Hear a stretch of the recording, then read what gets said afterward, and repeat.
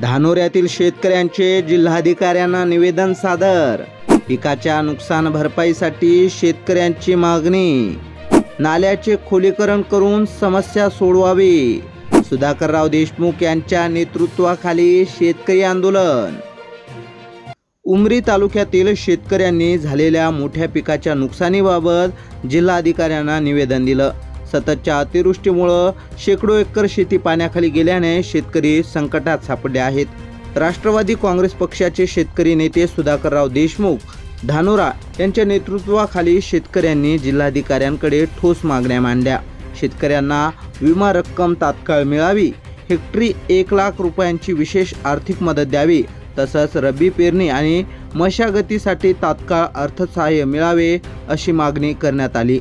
याशिवाय शेतकऱ्यांच्या अडचणी लक्षात घेऊन शासनाने त्वरित निर्णय घेऊन दिलासा द्यावा अशी शेकडो शेतकऱ्यांची एक मुख्य मागणी आहे। शेतकऱ्याची झालेली प्रचंड नुकसान या संदर्भात आज जिल्हाधिकारी साहेबांना या ठिकाणी गावातील सर्व बाधित शेतकऱ्यांना सोबत घेऊन आम्ही निवेदन दिलेलं आहे।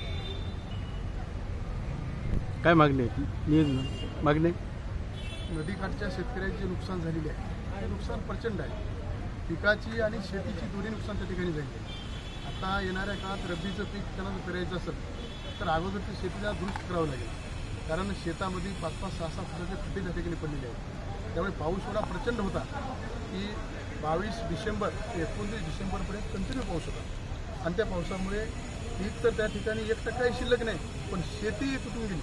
त्याच्यामुळं लोकांचे बेहाल झालेले आहेत। आज त्याच्यावर उपासमारीची वेळ आली आहे। म्हणून शासनाला आम्ही आमच्या निवेदनातून या ठिकाणी विनंती केलेली आहे की येणाऱ्या काळामध्ये त्यांना रब्बीच्या पिकासाठी त्यांनी खते, बियाणं आणि शेत दुरुस्त करण्यासाठी आर्थिक सहाय्य या ठिकाणी द्यावं आणि नदीकाठच्या शेतकऱ्यांना त्यांनी विशेष सहाय्य म्हणून विशेष पॅकेज या ठिकाणी हेक्टरी 1 लाख रुपये त्यांना तात्काळ द्यावेत अशी आमची शासनाकडे या ठिकाणी मागणी आहे।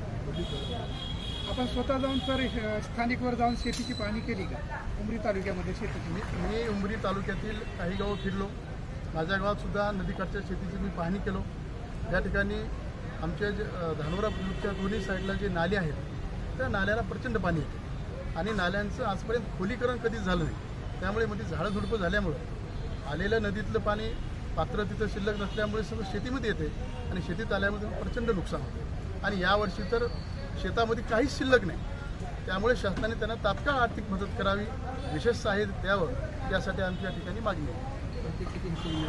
हेक्टरी 1 लाख रुपये दिलं पाहिजे, कारण शेत आता त्यांना अगोदर त्यांना शेत दुरुस्त करावं लागणार आणि नंतर मग रब्बीचं पीक ते बियाणे विकत घेणं, मग नंतर पेरणं, हे प्रचंड त्यांचा खर्च आहे। आज त्यांच्याकडे 1 रुपया शिल्लक नाही, कारण पदरमोड करून त्यांनी सगळीकडून कर्ज काढून त्या ठिकाणी पेरणी केली होती, पण 1% माल त्याच्या हाताला लागला नाही। जे खिशातलं होतं तेही धावून गेलं। त्याच्यामुळे आज त्याच्याकडे काहीच नाही, तर आत्महत्येची वेळ आली। म्हणून त्यांना तात्काळ शासनाने विशेष अर्थसहाय्य हेक्टरी 1 लाख रुपये द्यावं अशी आमची शासनाकडे मागणी आहे। शासनानं काही इशारा नाही, शासनानं दिलं नाही तर आम्हाला त्या विरोधामध्ये आंदोलन उभारावं लागेल, कारण शेतकऱ्यावर प्रचंड होत असलेला जे आसमानी संकट शेतकऱ्यावर पडलं, त्यामुळे शासन हा चालक आहे, शासन मालक आहे। त्यामुळे शासनाकडे मागणी करणं हे आम्ही लेकरं म्हणून त्यांच्याकडे मागणी करणं आमचं काम आहे, कारण शासनाच्या प्रतिनिधीकडे मागावं लागणार आहे आम्हाला। त्याने जर दिले नाही तर आम्हाला रस्त्यावर उतरून आंदोलन करावं लागेल। आज रोजी आपला परिचय सर? मी बुद्रुक येथील शेतकरी आहे आणि आमचे नेते सुधाकरराव देशमुख यांच्या नेतृत्वाखाली धानोरा बुद्रुक येथील सर्व बाधित शेतकऱ्यांचं शिष्टमंडळ सन्माननीय जिल्हाधिकारी साहेबांना आम्ही भेटण्यासाठी आलो होतो।